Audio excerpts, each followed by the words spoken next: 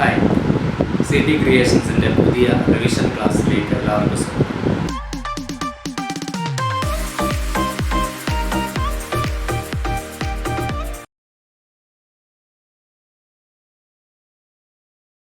നമ്മുടെ പരീക്ഷ ഡേറ്റ് വരെ ഫിക്സ് ചെയ്ത് കഴിഞ്ഞു.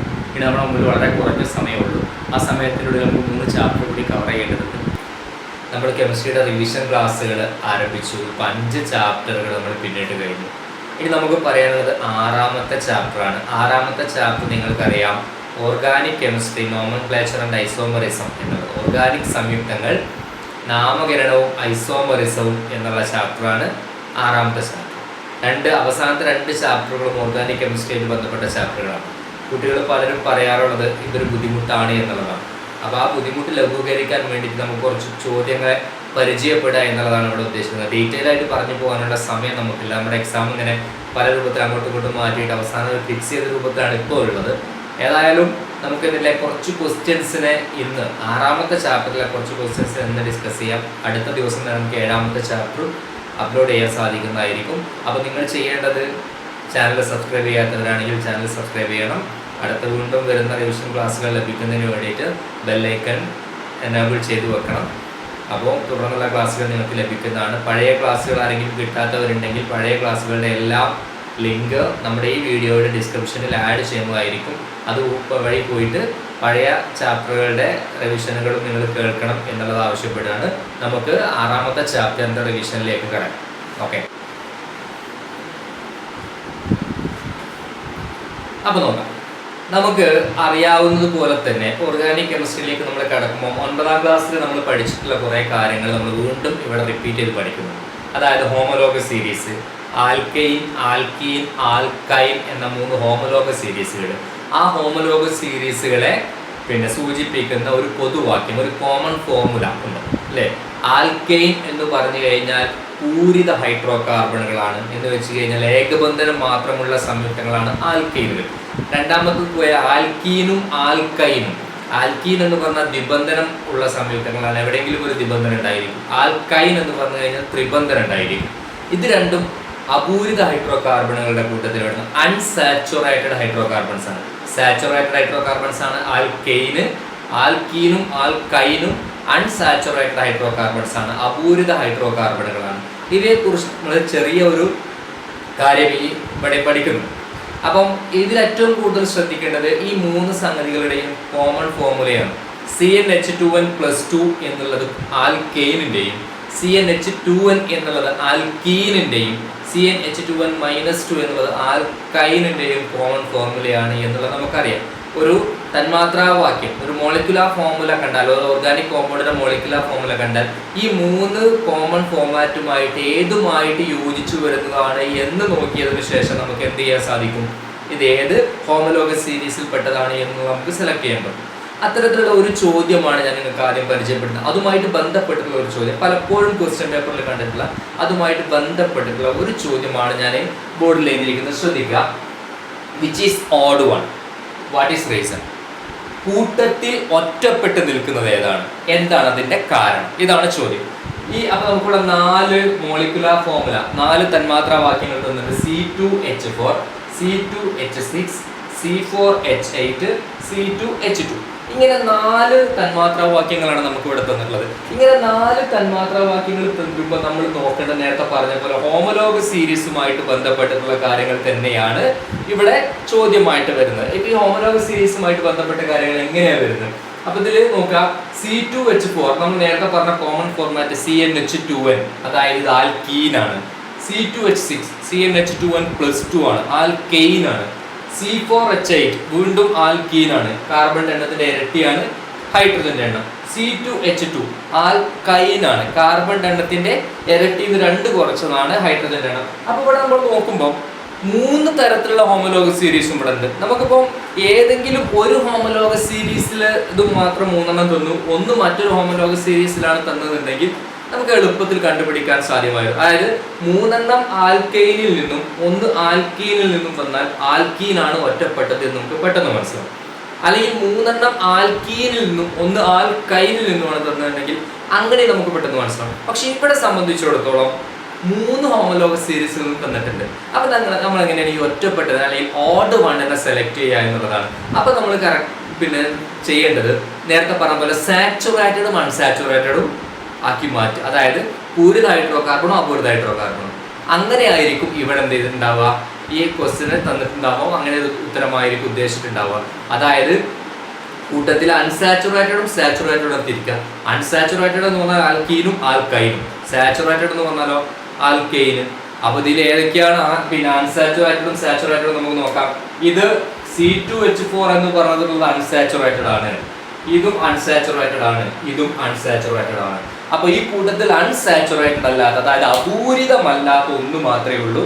C2H6 എന്ന് പറയുന്നത് എന്താണ്, പൂരിത ഹൈഡ്രോ കാർബൺ ആണ്, ആൽക്കെയിൻ ആണ്. അപ്പൊ ഇതാണ് ഇതിന്റെ ഉത്തരം. അപ്പൊ ഇങ്ങനെയുള്ള ചോദ്യങ്ങൾ ചോദിക്കുമ്പോൾ വ്യക്തമായിട്ടും വിലയിരുത്തിയിട്ട് വേണം ചോദ്യങ്ങൾക്ക് ഉത്തരം എഴുതാൻ വേണ്ടിയിട്ട്. ഇങ്ങനത്തെ ചോദ്യങ്ങൾ പലപ്പോഴും തെറ്റിപ്പോകാറുണ്ട്. ഒരു ആവേശത്തിന്റെ പുറത്ത് എന്തെങ്കിലും കാട്ടി പെട്ടെന്ന് ആൻസർ എഴുതാൻ നിന്ന് കഴിഞ്ഞാൽ പെട്ടെന്ന് ഉത്തരം തെറ്റാനും സാധ്യതയുണ്ട്. അതുകൊണ്ട് തെറ്റിക്കാതെ എഴുതണമെങ്കിൽ ഒരു അല്പസമയം ഇതൊന്ന് മനസ്സിരുത്തി വായിച്ചതിനു ശേഷം മാത്രമേ ഉത്തരത്തിലേക്ക് കടക്കാവൂ എന്നുള്ളതാണ് പറയുന്നത്. അപ്പോൾ അത് ശ്രദ്ധിക്കുക, വളരെയധികം ഇമ്പോർട്ടൻ്റ് ആയിട്ടുള്ള ഒരു ക്വസ്റ്റ്യൻ ആണ്. ഓക്കെ, അപ്പോൾ ഒരു ചോദ്യം, അടുത്തൊരു ചോദ്യം ഞാൻ ബോർഡിൽ എഴുതിയിട്ടുണ്ട്. ചോദ്യം വളരെ കുറച്ച് എഴുതാൻ പറ്റുള്ളൂ, കൂടുതൽ കാര്യങ്ങൾ ഞാൻ അതിൽ പറയാം. മലയാളത്തിൽ ഞാൻ പറയാം, ഇംഗ്ലീഷ് എഴുതിയിട്ടുള്ളത്. There are 4 carbon atoms. 4 carbon ആറ്റമുള്ള ഒരു സംയുക്തമാണ്. The general formula CnH2n+2. അതായത് ആ സംയുക്തത്തിന്റെ പിന്നെ പൊതുവാക്യം എന്ന് പറയുന്നത് CnH2n+2 ആണ്. മനസ്സിലായിട്ടുണ്ടാവുമെന്ന് വിചാരിക്കുന്നു. ഒരു 4 കാർബൺ ആറ്റമുള്ള ഒരു സംയുക്തമാണ്. ആ സംയുക്തത്തിന്റെ കോമൺ ഫോർമുല എന്ന് പറയുന്നത് CnH2n+2 ആണ്. ചോദ്യങ്ങൾ ഇതാണ്. ഒന്നാമത്തത് 4 ചോദ്യം ഉണ്ട്, അതിൽ മൂന്നാമത്തെ ചോദ്യം ഞാൻ പറയാം. ഇപ്പം 4ാമത്തെ ചോദ്യം പറയാം. ഇവിടെ നോക്കുക, മോളിക്കുലാർ ഫോർമുല, ആ സംയുക്തത്തിന്റെ തന്മാത്രാവാക്യം എഴുതണം. 2ാമത്തെ ചോദ്യം സ്ട്രക്ചർ, അതിന്റെ ഘടന വരയ്ക്കണം. 3ാമത്തെ കാര്യം cyclic compound with same number of carbon atom. അത്രയും കാർബൺ ആറ്റം ഉള്ള അതൊരു വലയ സംയുക്തത്തിന്റെ ഘടന വരയ്ക്കണം. സ്ട്രക്ചറാണ് വരയ്ക്കാൻ പറഞ്ഞത്. അപ്പോൾ വലയ സംയുക്തത്തിന്റെ ഘടന വരയ്ക്കണം. പിന്നെ മറ്റൊന്ന് അത്രയും കാർബൺ ആറ്റമുള്ള ഒരു ആൽക്കീനിന്റെ ഘടന വരയ്ക്കണം. അതൊരു ചോദ്യം കൂടി ഉണ്ട്, അറിയില്ലാത്തതുകൊണ്ടാണ്. അപ്പൊ അത്രയും പിന്നെ കാർബൺ ആറ്റമുള്ള ആൽക്കീനിന്റെ ഘടന വരയ്ക്കണം. അപ്പൊ നമുക്ക് ഈ ചോദ്യത്തിന് ഉത്തരം നമുക്ക് ഒരുപാട് കാര്യങ്ങൾ അതിന് കിട്ടാനുണ്ട്. നമുക്കൊന്ന് എഴുതി നോക്കാം. നമുക്ക് തന്നിരിക്കുന്ന സംഭവമാണ് there are 4 carbon atoms. 4 carbon atoms ആണുള്ളത്. General formula CnH2n+2. നമുക്കറിയാം CnH2n+2 എന്ന് പറഞ്ഞു കഴിഞ്ഞാൽ അതൊരു ആൽക്കെയിൻ ആണ്. ആൽക്കെയിനിന്റെ പൊതുവാക്യമാണ് CnH2n+2. 4 കാർബൺ ആറ്റമാണ്. അപ്പോൾ C4 ആണ്. കാർബൺ ആറ്റം 4 ആണ്. അപ്പോൾ ഹൈഡ്രജന്റെ എണ്ണം എന്തായിരിക്കും? H2n+2. കാർബണിന്റെ ഇരട്ടിയുടെ കൂടെ 2 കൂട്ടുക. അപ്പൊ എത്ര? കാർബണിന്റെ ഇരട്ടി 8, 8ന്റെ കൂടെ 2 കൂട്ടിയാൽ 10. അപ്പൊ ഒന്നാമത്തെ ചോദ്യത്തിന്റെ ഉത്തരം എന്ന് പറയുന്നത് അതാണ്. CnH2n+2 ആണ് പൊതുവാക്യമെങ്കിൽ കാർബണിന്റെ എണ്ണം 4 ആണെങ്കിൽ ആ സംയുക്തത്തിന്റെ തന്മാത്രാവാക്യം എന്ന് പറയുന്നത് എന്താണ്? C4H10 എന്ന് പറയുന്നതാണ് ഇതിന്റെ തന്മാത്രാവാക്യം. 2ാമത് ചോദിച്ചിരിക്കുന്നത് ഇതിന്റെ ഘടന വരയ്ക്കുക എന്നുള്ള, അതിന്റെ സ്ട്രക്ചർ വരയ്ക്കുക എന്നുള്ള. അങ്ങനെ ആവശ്യപ്പെട്ടിട്ടുണ്ടെങ്കിൽ നമ്മൾ വരയ്ക്കേണ്ടത് പൂർണ്ണമായ സ്ട്രക്ചർ എന്ന് പറഞ്ഞു കഴിഞ്ഞാൽ 4 കാർബൺ ആറ്റവും ബാക്കിയുള്ളതൊക്കെ ഹൈഡ്രജൻ ആറ്റം ഉൾപ്പെടുത്തിയിട്ട് ഇങ്ങനെ ഒരു സ്ട്രക്ചർ വരയ്ക്കാം.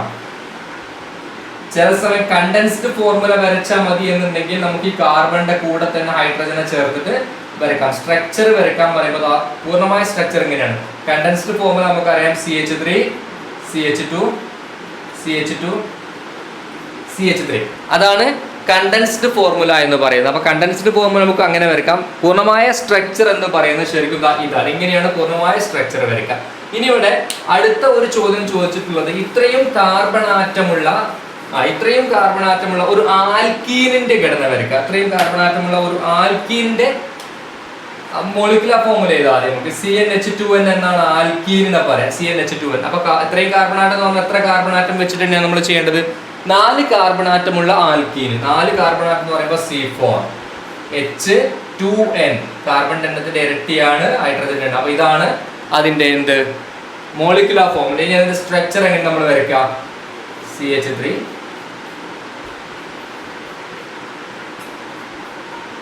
ഇങ്ങനെ വരയ്ക്കാം. 4 കാർബൺ ആറ്റംസ്, 3 4 5 5 3 8 ഹൈഡ്രജൻ ആറ്റം. അതാണ് C4H10 എന്ന് പറയുന്നത്. അപ്പൊ കാർബൺ ആറ്റം 4 ആവുന്ന ആൽക്കീൻ എന്ന് പറഞ്ഞാൽ അതിൽ ഹൈഡ്രജൻ ആറ്റത്തിന്റെ എണ്ണം എന്തായിരിക്കും? 8 ആയിരിക്കും. അതാണ് ശ്രദ്ധിക്കേണ്ട ഒരു കാര്യം. പിന്നെ ഇതിന്റെ സ്ട്രക്ചർ വരയ്ക്കുമ്പോൾ, ഘടന വരയ്ക്കുമ്പോൾ ശ്രദ്ധിക്കേണ്ടത് എന്താ? ഏതെങ്കിലും 2 കാർബൺ ആറ്റങ്ങൾക്കിടയിൽ നിബന്ധനം കൊടുത്ത് ഹൈഡ്രജന്റെ എണ്ണം ബാലൻസ് ചെയ്ത് കഴിഞ്ഞാൽ നമുക്ക് ഇതിന്റെ കറക്റ്റ് സ്ട്രക്ചർ കിട്ടും, ഘടന കിട്ടും എന്നുള്ളതാണ്. ഇനി അടുത്ത ഒരു ചോദ്യം നമ്മളോട് ചോദിച്ചിട്ടുള്ളത്, ഇതേ എണ്ണം കാർബൺ ആറ്റങ്ങളുള്ള ഒരു സൈക്ലിക് കോമ്പൗണ്ടിന്റെ, അതായത് 4 കാർബൺ ആറ്റങ്ങളുള്ള ഒരു സൈക്ലിക് കോമ്പൗണ്ടിന്റെ, ഒരു വലയ സംയുക്തത്തിന്റെ, ഒരു ആലിസൈക്ലിക് സംയുക്തത്തിന്റെ ഘടന വരയ്ക്കുക എന്നുള്ളതാണ് നമ്മൾ മറ്റൊന്ന് ആവശ്യപ്പെട്ടത്. 4 കാർബൺ ഉള്ള ഒരു വലയ സംയുക്തത്തിന്റെ ഘടന വരയ്ക്കാൻ പറഞ്ഞാൽ നമുക്ക് 4 കാർബൺ മാത്രം ഉൾപ്പെടുത്തി ആദ്യം ഒരു വലയം വരയ്ക്കാം. എന്നിട്ട് നമ്മൾ ചെയ്യേണ്ടത് എന്താ, ഓരോ കാർബൺ ആറ്റത്തിനും ആവശ്യമായ ഹൈഡ്രജൻ ആറ്റങ്ങളെ നമുക്ക് പ്രൊവൈഡ് ചെയ്യാം.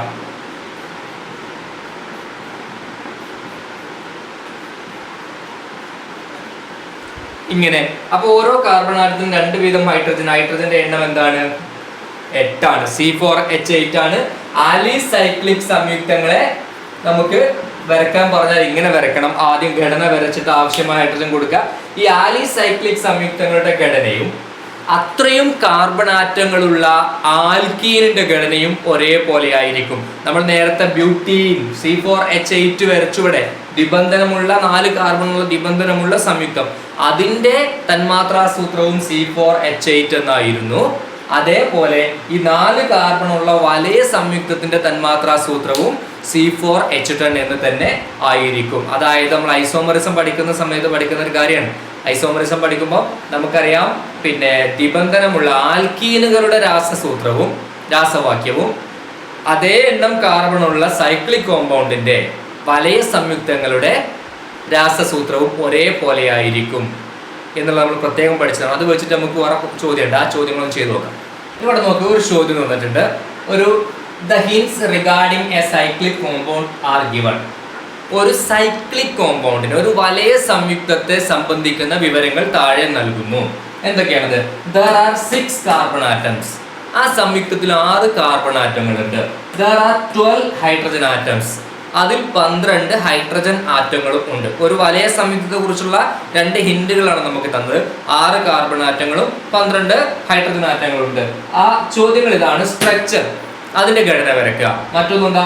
Molecular formula and IUPAC name of alkane with same number of carbon atoms. അതായത് അത്രയും കാർബൺ ആറ്റമുള്ള ഒരു ആൽക്കെയിനിന്റെ മോളിക്കുലർ ഫോർമുല, തന്മാത്രാ വാക്യവും അതിന്റെ IUPAC നാമവും എഴുതുക.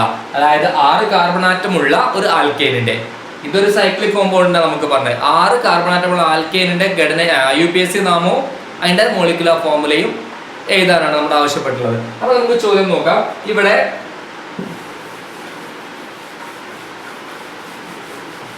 തന്നിട്ടുള്ളത് 6 കാർബൺ ആറ്റംസ് ആണ്. ആ നേരത്തെ പറഞ്ഞ പോലെ 6 കാർബൺ ആറ്റംസ് ഉള്ള വലയ സംയുക്തമാണ് പറഞ്ഞത് എങ്കിൽ അതിന്റെ ഘടന ഇങ്ങനെയാണ്. 6 കാർബൺ ആറ്റമുള്ള വലയ സംയുക്തം. പിന്നെന്ത് പറഞ്ഞു? 12 ഹൈഡ്രജൻ ആറ്റം ആണ്. 12 ഹൈഡ്രജൻ ആറ്റമാണ്.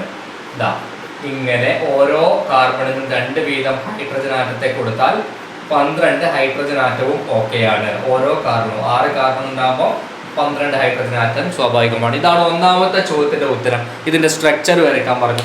രണ്ടാമത്തെ ചോദ്യം എന്ന് പറഞ്ഞു കഴിഞ്ഞാൽ, ഇത്രയും കാർബൺ ആറ്റമുള്ള ആൽക്കെയിനിന്റെ, ഇത്രയും കാർബൺ ആറ്റം എന്ന് പറഞ്ഞാൽ C6 തന്നെയാണ്. ഇത് C6H12 ആണ് ഈ തന്നിരിക്കുന്നത്. ഇനി നമ്മൾ ആൽക്കെയിനിന്റെ ഘടന നമ്മളോട് വരയ്ക്കാൻ പറഞ്ഞാൽ നമ്മൾ എങ്ങനെ വരയ്ക്കുക? അല്ല, തന്മാത്രാ സൂത്രം C6. ആൽക്കെയിനിന്റെ കാർബൺ എണ്ണം 6ആണ്. ആൽക്കെയിൻ ആയതുകൊണ്ട് ഹൈഡ്രജന്റെ എണ്ണം എന്തായിരിക്കും? CnH2n+2.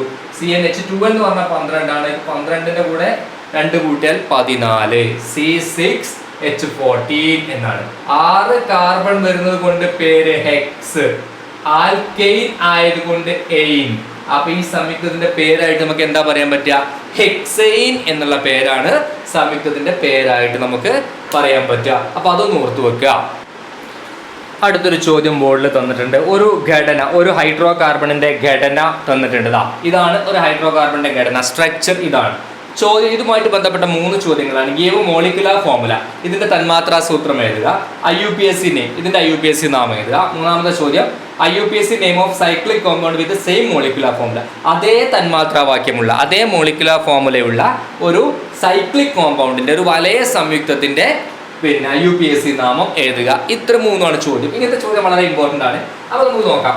ഈ മോളിക്കുലർ ഫോർമുല നമുക്ക് എങ്ങനെ കാണാം? ഏതൊരു സംയുക്തത്തിന്റെയും മോളിക്കുലർ ഫോർമുല, ഘടന തന്നു മോളിക്കുലർ ഫോർമുല കാണാൻ പറഞ്ഞത്, അതുപോലെ കാർബണിന്റെ ഹൈഡ്രജന്റെ എണ്ണം എണ്ണീട്ട് അത് എഴുതുക എന്നുള്ളതാണ് അതിന്റെ കാര്യം. അപ്പോൾ നോക്ക്, 1, 2, 3 കാർബൺ ആറ്റങ്ങളാണ്. അപ്പൊ C, C3 ഹൈഡ്രജൻ 1 2 3 4 5 6 ഹൈഡ്രജൻ ആറ്റങ്ങൾ. അപ്പം H6 C3H6 എന്നാണ് ഈ സംയുക്തത്തിന്റെ തന്മാത്രാ സൂത്രം.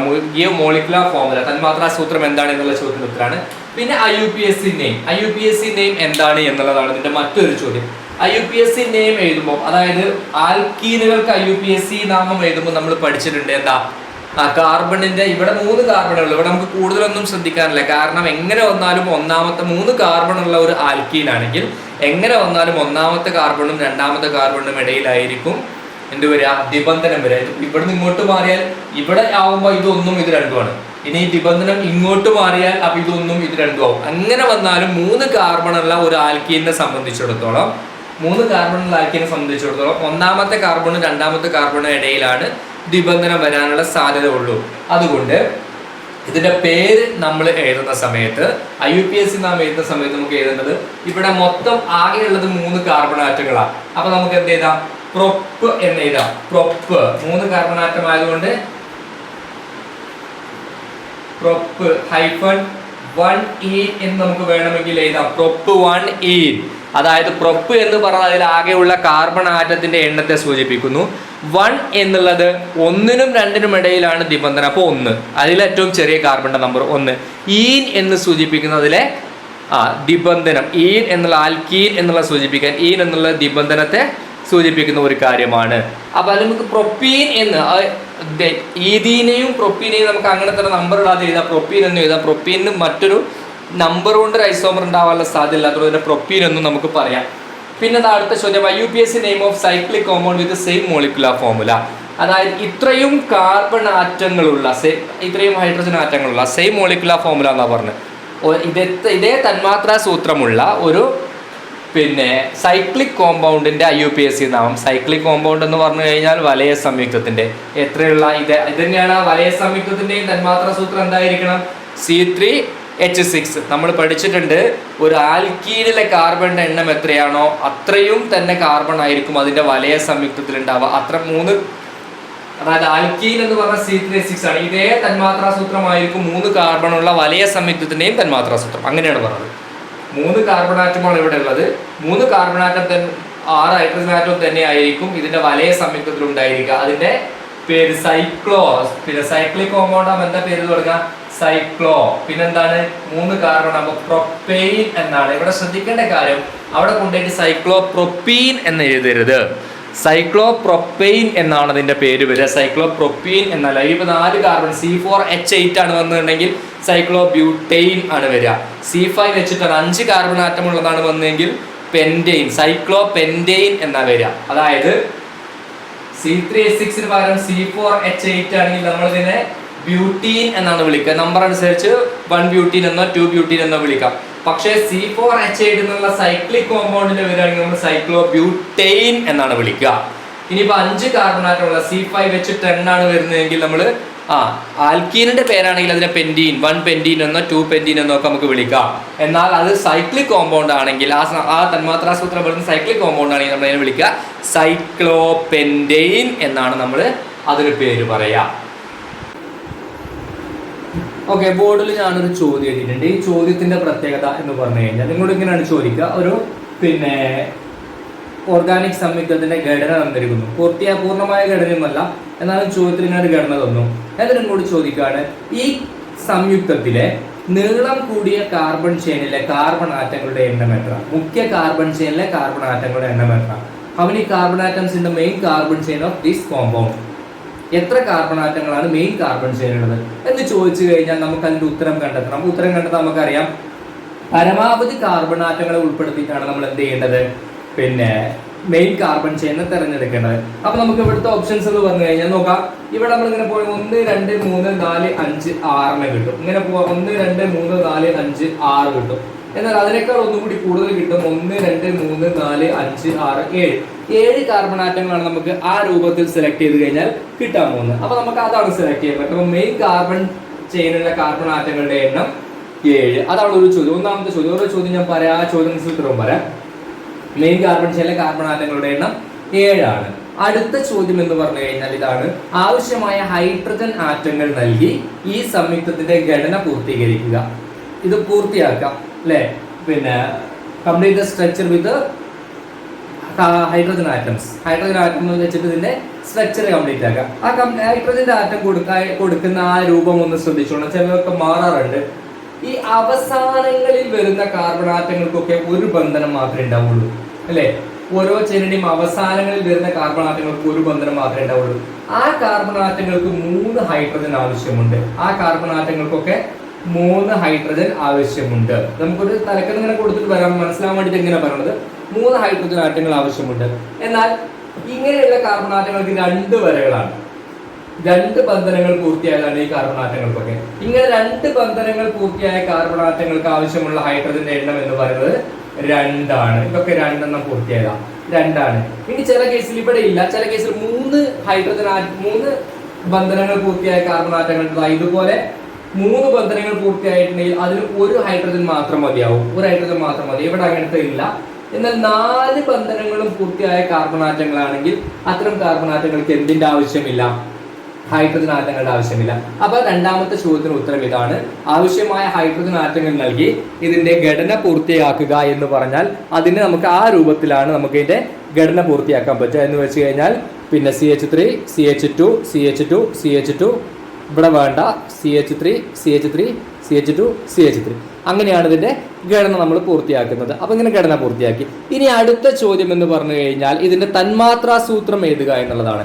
തന്മാത്രാ സൂത്രം എഴുതുക എന്ന് പറഞ്ഞാൽ നമ്മൾ നേരത്തെ പറഞ്ഞ പോലെ പിന്നെ കാർബണിന്റെയും ഹൈഡ്രജന്റെയും എണ്ണം എണ്ണുക എന്നിട്ട് അത് എഴുതി വെക്കുക എന്നുള്ളത് തന്നെയാണ്.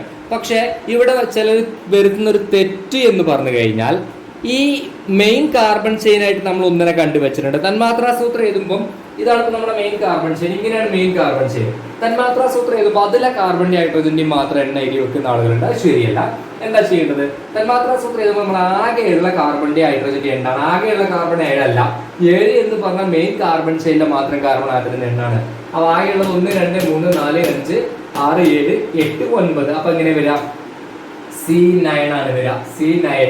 ഇനി ഹൈഡ്രജന്റെ എണ്ണം നോക്കാം നമുക്ക്. 3 5 7 9 12 15 17 20. ഹൈഡ്രജന്റെ എണ്ണം 20.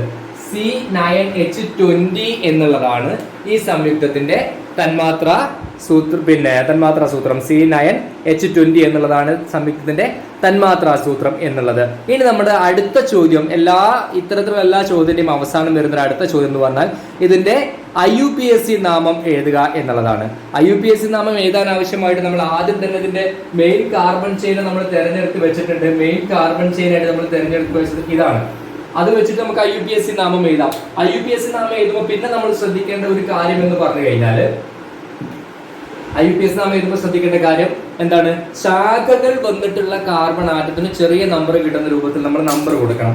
ശാഖകൾ വന്നിട്ടുള്ള കാർബൺ ആറ്റത്തിന് ചെറിയ നമ്പർ കിട്ടുന്ന രൂപത്തിൽ നമ്പർ കൊടുക്കണം. അപ്പം ഇവിടെ ഈ കാർബണിലാണ് 2 ശാഖകൾ ഉള്ളത്. ഈ കാർബണിലാണ് 2 ശാഖകൾ. അപ്പൊ നമ്പർ ഇട്ട് വരുമ്പോൾ ഈ കാർബണിന് ചെറിയ നമ്പർ കിട്ടണം. അപ്പൊ ഇവിടെ നിട്ടാ 1 2 3 4 5 ആണ് നമ്പർ വരിക. എന്നാൽ ഇവിടെ നിട്ടാലോ 1 2 3 ആണ് നമ്പർ വരിക. അപ്പൊ നമുക്ക് ഈ ചെയിനിന് പിന്നെ നമ്പർ കൊടുക്കാൻ പറ്റുന്നത് ഇവിടെ നിന്നാണ് 1 2 3 4 5 6 7. ഇങ്ങനെയാണ് നമ്മൾ മെയിൻ കാർബൺ ചെയിന്റെ നമ്പർ കൊടുക്കുക. ഇനി നമുക്ക് എങ്ങനെ പെയർ ചെയ്യുക? ഇനി ഈ നമ്പർ കൊടുക്കുന്ന ഘട്ടം കഴിഞ്ഞാൽ പിന്നെ നമ്മൾ നോക്കേണ്ടത് ഈ സംയുക്തത്തിലെ പിന്നെ ശാഖകളെയാണ്. ഇത് രണ്ടുമുള്ള ശാഖകൾ. എന്താ ശാഖകളുടെ പ്രത്യേകത? ഒരേപോലെയുള്ള ശാഖകളാണ്. 2 ശാഖകളും ഒരേ കാർബണിൽ നിന്നാണ്. ഒരേപോലെയുള്ള ശാഖകളാണ്. 2 ശാഖകളും ഒരേ കാർബണിൽ നിന്നാണ്. അപ്പം ഒരേപോലെയുള്ള ശാഖകളാണെങ്കിൽ നമുക്ക് ആ 2 ശാഖകളെയും ഒരുമിച്ച് എഴുതാം. പക്ഷേ ഒരേപോലെയുള്ള ശാഖകളാണെങ്കിലും അവയുടെ 2ന്റെ നമ്പർ ഒരുമിച്ച് എഴുതുകയും അവയുടെ പേര് ഒരുമിച്ച് എഴുതുകയും ചെയ്യാം. അപ്പൊ ഇത് ഒരു കാർബണിൽ നിന്ന് തന്നെയാണ് പോയത് എന്നുള്ളത് കൊണ്ട് 3 2 പ്രാവശ്യം എഴുതണോ എന്നുള്ള സംശയം ഉണ്ടായിരിക്കാം. 3 2 പ്രാവശ്യം തീർച്ചയായിട്ടും എഴുതണം. എങ്ങനെ എഴുതണം? 3,3. അങ്ങനെ തന്നെ എഴുതണം. 2 ശാഖകളുണ്ട് 3ൽ നിന്ന്. ഒരേപോലത്തെ ശാഖകളായതുകൊണ്ട് 2 3നെയും ഒരുമിച്ച് എഴുതുക. 3,3 എന്നിട്ട് ഹൈഫൺ കൊടുക്കുക. ശാഖകൾ ഏതാണ്? മീഥൈലാണ്. കാരണം ശാഖകളിൽ 1 കാർബണേ ഉള്ളൂ. 1 കാർബണുള്ള ശാഖയെ നമ്മൾ മീഥൈൽ എന്നാ പറയാം. അപ്പൊ എത്ര മീഥൈൽ ഉണ്ട്? ഡൈമീഥൈൽ. അപ്പൊ 3,3 ഡൈമീഥൈൽ. 3,3 ഡൈമീഥൈൽ. അപ്പൊ ശാഖകളുടെ പേര് പൂർത്തിയായി. ഇനി നമുക്ക് എന്താ എഴുതേണ്ടത്? മുഖ്യ കാർബൺ ചെയിനിന്റെ പേര്. മുഖ്യ കാർബൺ ചെയിനുള്ളത് 7 കാർബൺ ആയതുകൊണ്ട് 3,3 ഡൈമീഥൈൽ ഹെപ്റ്റെയിൻ എന്നാണ് പേര് എഴുതുക. 3,3 ഡൈമീഥൈൽ ഹെപ്റ്റെയ്ൻ എന്നാണ് സംയുക്തത്തിന്റെ പേര് നമുക്ക് എഴുതാൻ സാധിക്കുക. അപ്പൊ ഇങ്ങനത്തെ ചോദ്യങ്ങൾ വളരെയേറെ ശ്രദ്ധിക്കണം കേട്ടോ. അതുപോലെ തന്നെ നമുക്ക് IUPAC നാമം എഴുതാനുള്ള മറ്റൊരു ചോദ്യമാണ് ഇത്. IUPAC നാമം എഴുതുന്നതിന് മുമ്പ് നമുക്ക് പിന്നെ ഇങ്ങനത്തെ ചോദ്യങ്ങൾ ചോദിക്കാൻ നേരത്തെ ചോദിച്ച പോലെ ഈ സംയുക്തത്തിന്റെ മെയിൻ കാർബൺ ചെയിനിലെ മുഖ്യ കാർബൺ ചെയിനിലെ കാർബൺ ആറ്റങ്ങളുടെ എണ്ണം എത്ര, കാർബൺ ആറ്റംസ് എത്രയാണ് മെയിൻ കാർബൺ ചെയിൻ എന്നുള്ളത് നമുക്ക് പരിശോധിക്കാം. പിന്നെ 1 2 3 4 ഇങ്ങനെ പോയ 4 ആണ്. 1 2 3 4 5 ഇങ്ങനെ പോയ 5 കിട്ടും. അപ്പൊ നമുക്ക് ഇതിന്റെ മെയിൻ കാർബൺ ചെയിൻ ആയിട്ട് പരിഗണിക്കാവുന്ന ഇതിനെയാണ്. ഇങ്ങനെയാണ് മെയിൻ കാർബൺ ചെയിൻ ആയിട്ട് ഇതിനെ പരിഗണിക്കുക. എന്നിട്ട് പിന്നെ ഒരു ചോദ്യം ചിലപ്പോഴൊക്കെ ഉണ്ടാവാറുണ്ട്, what's the name of branch, ശാഖയുടെ പേരെന്താണ്? ഇതാണ് ശാഖ. അപ്പം ശാഖയുടെ പേരെന്താണെന്ന് ചോദിച്ചാൽ അത് മാത്രം നിങ്ങൾ എഴുതാൻ പറ്റുള്ളൂ. ശാഖയുടെ പേര് മീഥൈൽ എന്നാണ്. മീഥൈൽ എന്നാണ് ശാഖയുടെ പേര്. നിങ്ങൾ അത് മാത്രം എഴുതി വെച്ചാൽ മതി, മീഥൈൽ. പിന്നെ എങ്ങനെ വന്നാലും ഇതിന്റെ അവസാന ഒരു ചോദ്യം ഉണ്ടാകും, IUPAC നാമം എഴുതായിരുന്നു. IUPAC നാമം എഴുതാൻ നമ്മൾ പഠിച്ചു വെച്ച മറ്റു കാര്യങ്ങൾ എന്തൊക്കെയാണ്? ശാഖ വന്നിട്ടുള്ള കാർബണിന് ചെറിയ നമ്പർ കൊടുക്കുക. ഈ സംയുക്തത്തെ സംബന്ധിച്ചിടത്തോളം ശാഖ ഈ കാർബണിലാണ്. ഇവിടുന്ന് നമ്പറിട്ടാൽ 1 2 3 വരും, ഇവിടുന്ന് നമ്പറിട്ടാൽ 1 2 3 വരും. അപ്പോൾ മൂന്നാമത്തെ കാർബണിലാണ് ശാഖ കിടക്കുന്നത്. 1 2 3 4 5. ആകെ 5 കാർബൺ ആറ്റങ്ങളാണുള്ളത്. അപ്പൊ ഇങ്ങനെ എഴുതുക. അപ്പോൾ മൂന്നാമത്തെ കാർബണിൽ നിന്ന് 3 ഹൈഫൺ മീഥൈൽ, 3 മീഥൈൽ പെന്റെയ്ൻ എന്നാണ് നമുക്ക് ഇതിന്റെ പേര് എഴുതാൻ പറ്റുക. 3 മീഥൈൽ പെന്റെയ്ൻ എന്നാണ് ഈ സംയുക്തത്തിന്റെ പേര് നമുക്ക് എഴുതാൻ സാധിക്കുക. 5 കാർബൺ ആറ്റാണ് മെയിൻ കാർബൺ ചെയിനിൽ, അതുകൊണ്ടാണ് പെന്റെയ്ൻ എന്നുള്ള പേര് വന്നത്. മൂന്നാമത്തെ കാർബണിലാണ് ശാഖയുള്ളത്, അതുകൊണ്ടാണ് 3 എന്നുള്ള നമ്പർ വന്നത്. ശാഖയിലുള്ളത് ഒരു കാർബൺ. ബോർഡിൽ തന്നിരിക്കുന്ന പോലത്തെ ഒരു സംയുക്തം നിങ്ങൾക്ക് CH3C triple bond C CH2 CH3 ഇങ്ങനെ ഒരു സംയുക്തം തന്നിട്ട് നിങ്ങളോട് ചോദിക്കുകയാണ് ഇതിന്റെ തന്മാത്രാസൂത്രം എഴുതുക. ആദ്യം പറയുന്ന തന്മാത്രാസൂത്രം എഴുതുക. നമ്മൾ നേരത്തെ പറഞ്ഞ പോലെ തന്മാത്രാസൂത്രം എഴുതാനുള്ള വഴി എന്ന് പറഞ്ഞു കഴിഞ്ഞാൽ കാർബണിന്റെ ആകെ എണ്ണം ഹൈഡ്രജന്റെ എണ്ണം തന്നെ. കാർബൺ 1 2 3 4 5 5 കാർബൺ ആയതുകൊണ്ട് C5. ഹൈഡ്രജൻ എണ്ണം 3 2 5 5 3 8 H8 C5H8 എന്നാണ് ഇതിന്റെ തന്മാത്രാസൂത്രം വരുന്നത്. തന്മാത്രാസൂത്രം എഴുതാൻ പറഞ്ഞാൽ എങ്ങനെ എഴുതുക? തന്മാത്രാസൂത്രം വരുന്നത് C5H8 എന്നാണ്. പിന്നത്തെ ചോദ്യം എന്ന് പറഞ്ഞാൽ ഇത് ഏത് ഹോമലോഗസ് സീരീസിൽ വരുന്നതാണ് എന്ന് ചോദിക്കാം. അല്ലെങ്കിൽ ഇത് ഈ സംയുക്തത്തിന്റെ കോമൺ ഫോർമുല, പൊതുവാക്യം എന്ത് എന്നുള്ളത് ചോദിക്കാം. നമുക്കറിയാം ഇതിന്റെ കോമൺ ഫോർമുല എന്ന് പറഞ്ഞാൽ 5ന്റെ ഇരട്ടി 10 ആണ്. 10ന്ന് 2 കുറച്ചതാണ് 8. അതായത് ഇതിന്റെ കോമൺ ഫോർമുല എന്ന് പറഞ്ഞാൽ CnH2n -2 എന്നാണ് ഇതിന്റെ കോമൺ ഫോർമുല. കാരണം മറ്റു രീതിയിൽ മനസ്സിലാക്കാൻ എളുപ്പമുള്ള മറ്റു രീതികളുണ്ട്. ഇതിൽ ത്രിബന്ധനം ഉണ്ട്, നമുക്ക് നേരത്തെ അറിയാം. ത്രിബന്ധനം ഉള്ളതുകൊണ്ട് ആൽക്കൈനാണ്. ആൽക്കൈനിന്റെ പൊതുവാക്യം ഇതാണ്. അങ്ങനെയും എഴുതാം. ഇത് ഏത് വിഭാഗത്തിൽ അല്ലെങ്കിൽ ഏത് ഹോമലോഗസ് സീരീസിൽ പെടുന്നതാണെന്ന് ചോദിച്ചാൽ നമുക്ക് എന്ത് പറയാം? ത്രിബന്ധനം ഉണ്ട്, അതുകൊണ്ട് ആൽക്കൈൻ എന്ന് പറയുന്ന ഹോമലോഗസ് സീരീസിലാണ് ഇവിടെ. ആൽക്കൈൻ എന്ന് പറയുന്ന ഹോമലോഗസ് സീരീസിലാണ് ഇതിനെ ഉൾപ്പെടുത്താൻ സാധിക്കുന്നത്. പിന്നെ ചോദിക്കുന്നതിന്റെ IUPAC നാമം എന്താണെന്നാണ്. IUPAC നാമം നമ്മൾ എങ്ങനെ എഴുതുക? ത്രിബന്ധനം വന്നിട്ടുള്ളത് ഇവിടെയാണ്. ത്രിബന്ധനം വന്ന കാർബണിന് ചെറിയ നമ്പർ കിട്ടണം. ഈ 2 കാർബൺ ആറ്റങ്ങൾക്കിടയിലാണ് ത്രിബന്ധനം. ഇതിൽ ഏതെങ്കിലും ഒരു കാർബണിന് ചെറിയ നമ്പർ കിട്ടണം. ഇവിടെ നമ്പർ ഇട്ട 1 2 3 ആണ് വരിക. ഇവിടെ നമ്പർ ഇട്ട 2 വരും. അപ്പൊ ഇവിടെ നമ്മൾ നമ്പർ ഇടാം 1 2 3 4 5 ഇങ്ങനെ നമ്പർ ഇടാം. എന്നിട്ട് എന്താ പേര് ഇത് ആദ്യം ചെയ്യേണ്ടത്? ആകെയുള്ള കാർബൺ ആറ്റങ്ങളുടെ എണ്ണം നോക്കാം. ആകെയുള്ള കാർബൺ ആറ്റത്തിന്റെ എണ്ണം 5. അതുകൊണ്ട് നമ്മൾ എന്ത് എഴുതുക? പെന്റ് എന്ന് എഴുതുക. പെന്റ്. എന്നിട്ട് ഒരു ഹൈഫൺ കൊടുക്കുക. അടുത്ത എന്താ എഴുതേണ്ടത്? ഏത് കാർബൺ ആറ്റത്തിന്റെ അടുത്താണ് ഏറ്റവും ചെറിയ നമ്പർ? കാർബൺ ആറ്റത്തിന്റെ അടുത്താണ് ത്രിബന്ധനം ഉള്ളത് നോക്കുക. 2നും 3നും ഇടയിലാണ് ത്രിബന്ധനം. അപ്പൊ നമ്മൾ എഴുതേണ്ടത് 2 ആണ്. 2 3 ആണ് ഈ 2. അപ്പൊ വീണ്ടും ഒരു ഹൈഫൺ ഉണ്ട്. 2 എഴുതിയിട്ട് ഒരു ഹൈഫൺ ഉണ്ട്. പെന്റ് 2. ത്രിബന്ധനം ആണ് വന്നത് എങ്കിൽ YNE. മലയാളത്തിൽ ഇതിനെ എഴുതുമ്പോ പെന്റ് 2 I. ഇങ്ങനെയാണ് ഇതിന്റെ പേര് എഴുതുക. പെന്റ് 2 I എന്നുള്ളതാണ് ആ സംയുക്തത്തിന്റെ IUPAC നാമം. മറ്റൊരു സംയുക്തത്തിന്റെ ഘടന ബോർഡിൽ തന്നിട്ടുണ്ട്. നമുക്ക് ഏറ്റവും ആദ്യം നമ്മൾ പഠിക്കുന്ന സംയുക്തമാണ് സംയുക്തം ബ്യൂട്ടൈൻ ആണ്. സംയുക്തം ബ്യൂട്ടൈൻ ആണ്. 4 കാർബൺ ആറ്റങ്ങളാണ്. അതിന്റെ തന്മാത്രാ സൂത്രം എന്ന് പറയുന്നത് C4H10 എന്നുള്ളതാണ്. ഇതിന് അനുബന്ധിച്ച് നിങ്ങളോട് ചോദിക്കുന്നത് തന്നിരിക്കുന്ന സംയുക്തത്തിന്റെ ഒരു ചെയിൻ ഐസോമറിന്റെ ഘടന വരയ്ക്കുക, അല്ലെങ്കിൽ ഐസോമറിന്റെ ഘടന. ചെയിൻ ഐസോമറെ സാധിക്കുള്ളൂ. ഇതിന് ഫംഗ്ഷൻ ഗ്രൂപ്പുകളൊന്നും ഇല്ലാത്തതുകൊണ്ട് ചെയിൻ ഐസോമർ ഇതിന് സാധിക്കുള്ളൂ. അപ്പൊ ഒരു ചെയിൻ ഐസോമറിന്റെ ഘടന വരയ്ക്കുക എന്ന് ചോദിച്ചാൽ എന്താ നമ്മൾ ചെയ്യേണ്ടത്? ഐസോമറിസം നമ്മൾ പഠിച്ച കാര്യമാണ്. എന്താണ് ഐസോമറിസം എന്ന് പറഞ്ഞാൽ ഇതേ തന്മാത്രാസൂത്രം നിലനിർത്തിക്കൊണ്ട് ഒരു ഘടന മറ്റൊരു ഘടന വരയ്ക്കുക. അതായത് ഇനി നമ്മൾ വരയ്ക്കാൻ പോകുന്ന സംയുക്തത്തിൽ ഉണ്ടായിരിക്കേണ്ടത് 4 കാർബൺ ആറ്റവും 10 ഹൈഡ്രജൻ ആറ്റവുമാണ്. പുതിയ ഒരു ആറ്റം അതിലേക്ക് വരികയോ നിലവിലുള്ളതിൽ നിന്നൊരു ആറ്റം പോവുകയോ ചെയ്യരുത്. അങ്ങനെയാണെങ്കിൽ അത് ഐസോമർ അല്ല. അപ്പൊ നമ്മൾ എങ്ങനെ എഴുതാൻ പോകുന്നത്? ഇവിടെ നോക്കുക, ഇവിടെ ആകെ ഒരു ചെയിൻ ഐസോമർ മാത്രമേ ഇതിന് വരയ്ക്കാൻ കഴിയുള്ളൂ.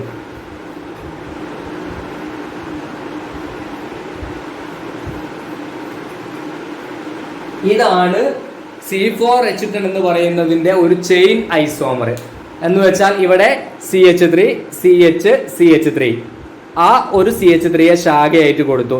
അപ്പൊ ഇതിലുള്ള കാർബൺ ആറ്റങ്ങളും 4 ആണ്, ഹൈഡ്രജൻ ആറ്റങ്ങൾ 10 ആണ്. അപ്പൊ C4H10 എന്നുള്ള തന്മാത്രാ സൂത്രം ഇതിനും യോജിച്ച് വരുന്നതാണ്. അപ്പൊ ഇതിനൊരു ചെയിൻ ഐസോമർ മാത്രമാണ്. അപ്പൊ ഐസോമർ എഴുതുമ്പോൾ ശ്രദ്ധിക്കേണ്ട കാര്യം ഇനിയിപ്പോ ഫംഗ്ഷണൽ ഗ്രൂപ്പ് വരുന്ന ഐസോമർ നമുക്ക് പറയാം. ഐസോമറുകൾ എഴുതുമ്പോൾ ശ്രദ്ധിക്കേണ്ട കാര്യം എന്ന് പറഞ്ഞു കഴിഞ്ഞാൽ എന്താണ്?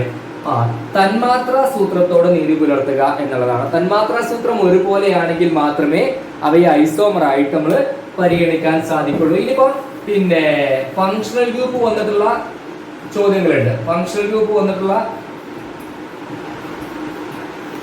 ചെറിയ ചെറിയ ചോദ്യങ്ങൾ ഇങ്ങോട്ട് ചോദിക്കും. വലിയ കോംപ്ലിക്കേറ്റഡ് ആയ ചോദ്യങ്ങൾ ചോദിക്കാൻ സാധ്യതയില്ല. ഇതിപ്പോ ഒരു സംയുക്തമാണ്. ഇതുമായിട്ട് ബന്ധപ്പെട്ട് എന്തൊക്കെ ചോദ്യങ്ങൾ നമുക്ക് ചോദിക്കാം, അങ്ങനെ നമുക്ക് പഠിക്കാം. എന്തൊക്കെ ചോദ്യങ്ങൾ ചോദിക്കാം? ഇതുമായിട്ട് ബന്ധപ്പെട്ട ചോദ്യം എന്ന് പറഞ്ഞാൽ ആദ്യം നമുക്ക് ഇതിന്റെ തന്മാത്രാ സൂത്രം എഴുതാൻ പറയാം നമ്മളോട്, അല്ലേ? അപ്പൊ എങ്ങനെ? കാർബൺ എണ്ണം 1 2 3 കാർബൺ നമ്മൾ എന്ത് ചെയ്താ? C3. ഹൈഡ്രജൻ 3 3 6 3 സോറി ഇവിടെ 2 ആണ്, ഇവിടെ 2.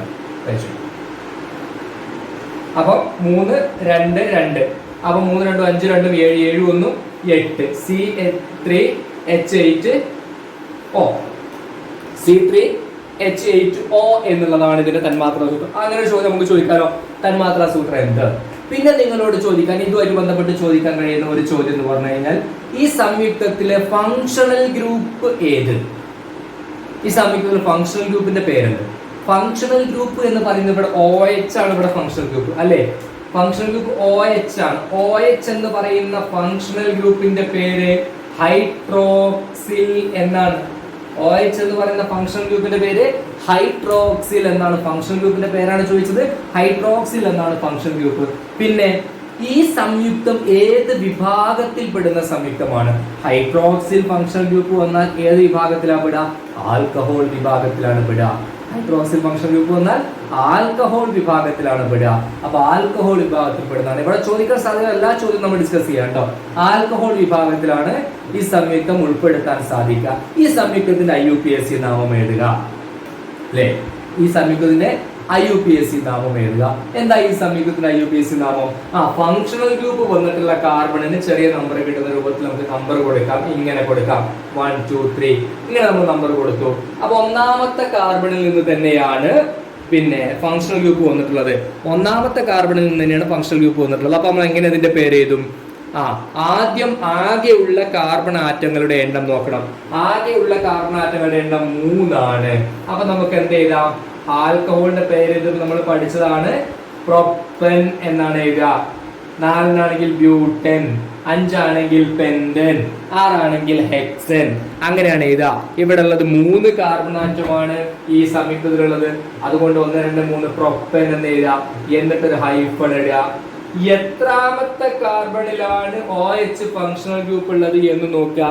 ഒന്നാമത്തെ കാർബണിലാണ്. അപ്പൊ 1 നമ്പർ കൊടുക്കുക. വീണ്ടും ഒരു ഹൈഫൺ ഇടുക. പ്രൊപ്പൻ 1 ഫങ്ഷണൽ ഗ്രൂപ്പ് ആൽക്കഹോൾ ആണെങ്കിൽ ഓൾ എന്ന് ചേർക്കുക. മലയാളത്തിൽ എഴുതുമ്പോൾ ഇങ്ങനെ തന്നെ ഇതേ ഫോർമാറ്റിൽ എഴുതിയാൽ മതി. Propan 1 all. മലയാളം മീഡിയം കുട്ടികൾക്ക് ഇംഗ്ലീഷിൽ എഴുതാട്ടോ, പ്രയാസമൊന്നുമില്ല. പ്രൊപ്പൻ 1 ഓൾ എന്നാണ് ഈ സംയുക്തത്തിന്റെ IUPAC നാമം വരുന്നത്. പ്രൊപ്പൻ 1 ഓൾ എന്നാണ് IUPAC നാമം വരിക. അതൊക്കെ പോട്ടെ. ഇനി ഇതിൽ വേറെ ചോദിക്കാൻ സാധ്യതയുള്ള ഒരു ചോദ്യം എന്ന് പറയുന്നത് ഇതിന്റെ ഐസോമറുകളുമായിട്ട് ബന്ധപ്പെട്ടിട്ടാണ്, അല്ലേ? ഇതിന്റെ ഐസോമറുകളുമായിട്ട് ബന്ധപ്പെട്ട് നിങ്ങളോട് ചോദിക്കാം. ഇതിന്റെ പൊസിഷൻ ഐസോമറിന്റെ ഘടന വരയ്ക്കുക. ഞാൻ നേരത്തെ പറഞ്ഞു ഐസോമർ ആകുമ്പോൾ എന്ത് ചെയ്യാൻ പാടില്ല. നമ്മളിപ്പോ ഇവിടെ എഴുതി വെച്ചിട്ടുണ്ടായിരുന്നു ഇതിന്റെ C3H8O എന്നാണ് ഇതിന്റെ തന്മാത്രാ സൂത്രം. C3H8O എന്നാണ് തന്മാത്രാ സൂത്രം. അപ്പൊ നമുക്ക് അതേ തന്മാത്രാ സൂത്രം വരുന്ന മറ്റൊരു പേര് വരുന്ന ഘടന വരയ്ക്കാം. അതായത് പൊസിഷൻ ഐസോമറിന്റെ ഘടന നമുക്ക് ഇങ്ങനെ വരയ്ക്കാൻ സാധിക്കുള്ളൂ.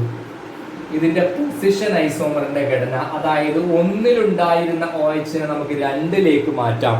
അതാണ് പൊസിഷൻ ഐസോമർ എന്ന് പറഞ്ഞാൽ. ഒന്നിലുള്ള OH നെ നമുക്ക് രണ്ടാമത്തെ കാർബണിലേക്ക് മാറ്റാം. അപ്പം അത് പേരിൽ ചെറിയ മാറ്റം ഉണ്ടാവും. നമുക്ക് എവിടുന്ന് വേണമെങ്കിലും നമ്പർ കൊടുക്കാം. 1 2 3 എവിടുന്ന് കൊടുത്താലും 2 ആ വരിക. അപ്പൊ എന്താ പേര്? പ്രൊപ്പൻ തന്നെയാണ്. കാർബണിന്റെ എണ്ണത്തിന് മാറ്റമല്ല. എവിടെയാണ് മാറ്റം? പ്രൊപ്പൻ 1 എഴുതിയത് എന്തായി? 2 ആയി. പ്രൊപ്പൻ 2-ol എന്നാണ് സംയുക്തത്തിന്റെ പേര്. ഇതൊരു പൊസിഷൻ ഐസോമറായി. എന്തുകൊണ്ട് പൊസിഷൻ ഐസോമറായി? ഇത് പ്രൊപ്പൻ 1-ol ആയിരുന്നു. ഒന്നാമത്തെ കാർബണിലായിരുന്നു OH, ഇവിടെ രണ്ടാമത്തെ കാർബണിലായി OH. ഇനി നമ്മോട് ചോദിക്കുന്നത് ഇതിന്റെ ഒരു ഫങ്ഷണൽ ഗ്രൂപ്പ് ഐസോമറിന്റെ പേര് ഏതാണ്? ഫങ്ഷണൽ ഗ്രൂപ്പ് ഐസോമറിന്റെ പേര് അപ്പോഴും ശ്രദ്ധിക്കേണ്ട കാര്യം C3H8O എന്ന തന്മാത്രാ സൂത്രം നിലനിർത്തിക്കൊണ്ട് വേണം ഫങ്ഷണൽ ഗ്രൂപ്പ് ഐസോമറിന്റെ പേര്. ശ്രദ്ധിക്കേണ്ട കാര്യം OH ഫങ്ഷണൽ ഗ്രൂപ്പ് ആയിട്ട് വന്നിട്ടുള്ള സംയുക്തങ്ങളുടെ ഫങ്ഷണൽ ഐസോമറിലുള്ള ഫങ്ഷണൽ ഗ്രൂപ്പ് ഐസോമറിലുള്ള ഫങ്ഷണൽ ഗ്രൂപ്പ് O ആയിരിക്കും, ഈതർ ആയിരിക്കും. ആ O ഇതിന്റെ ഈ 3 കാർബൺ ആറ്റങ്ങൾക്കിടയിൽ വരുന്ന രൂപത്തിൽ സജ്ജീകരിച്ചാൽ നിങ്ങൾക്ക് അത് ഉത്തരം കിട്ടും. ഇവിടെ നിങ്ങൾക്ക് CH3 കൊടുക്കാം, ഇവിടെ CH2 CH3. ഇപ്പൊ നിങ്ങൾ എന്ത് എഴുതി കഴിഞ്ഞു? ഈ സംയുക്തത്തിന്റെ ഫങ്ഷണൽ ഗ്രൂപ്പ് ഐസോമറിന്റെ ഘടന വരച്ചു കഴിഞ്ഞു. ഇനി ഇതിന്റെ പേര് ഏതാ നിങ്ങളോട് ചോദിക്കാൻ ചിലപ്പോൾ. ഇതിന്റെ പേര് ഏതാന്ന് ചോദിച്ചാൽ എങ്ങനെ പറയാം? ഇത് ഏത് വിഭാഗത്തിൽപ്പെട്ടതാ? ഈതർ വിഭാഗത്തിൽപ്പെട്ടതാ. ആൽക്കോക്സി ആണ് സംയുക്തങ്ങൾ പൊതുവെ പറയാം. ആൽക്കോക്സി എന്നാണ് ഈ ഫങ്ഷണൽ ഗ്രൂപ്പിനെ പറയാം. ഈതർ വിഭാഗത്തിൽപ്പെട്ട സംയുക്തങ്ങളാണ്. ഇതിന്റെ പേരെങ്ങനെ എഴുതാം? ഓക്സിജന്റെ ഏത് ഭാഗത്തേക്കാണോ കുറച്ചെണ്ണം കാർബൺ ഉള്ളത് അതിന്റെ കൂടെ ഓക്സി ചേർക്കുക. ഒരു കാർബൺ മീത് നമ്മൾ പഠിച്ചത്. അപ്പൊ മീതോക്സി. ഇനി അപ്പുറത്തേക്കുള്ള കാർബൺ ചെയിന്റെ പേര് എന്താ? ഈഥൈൻ. മീതോക്സി ഈഥൈൻ. മീതോക്സി. ഇവിടെ ഒരു കാർബൺ ആണ്. അപ്പൊ ഒരു കാർബണിന്റെ കൂടെ ഓക്സിജൻ ചേർക്കണം. അപ്പുറത്തേക്ക് 2 കാർബൺ. അപ്പൊ കുറച്ച് കാർബൺ ആറ്റം ഉള്ളതിന്റെ കൂടെയാണ് ഓക്സിജൻ ചേർക്കുക. ഒരു കാർബൺ ആവും മീത് ഓക്സി.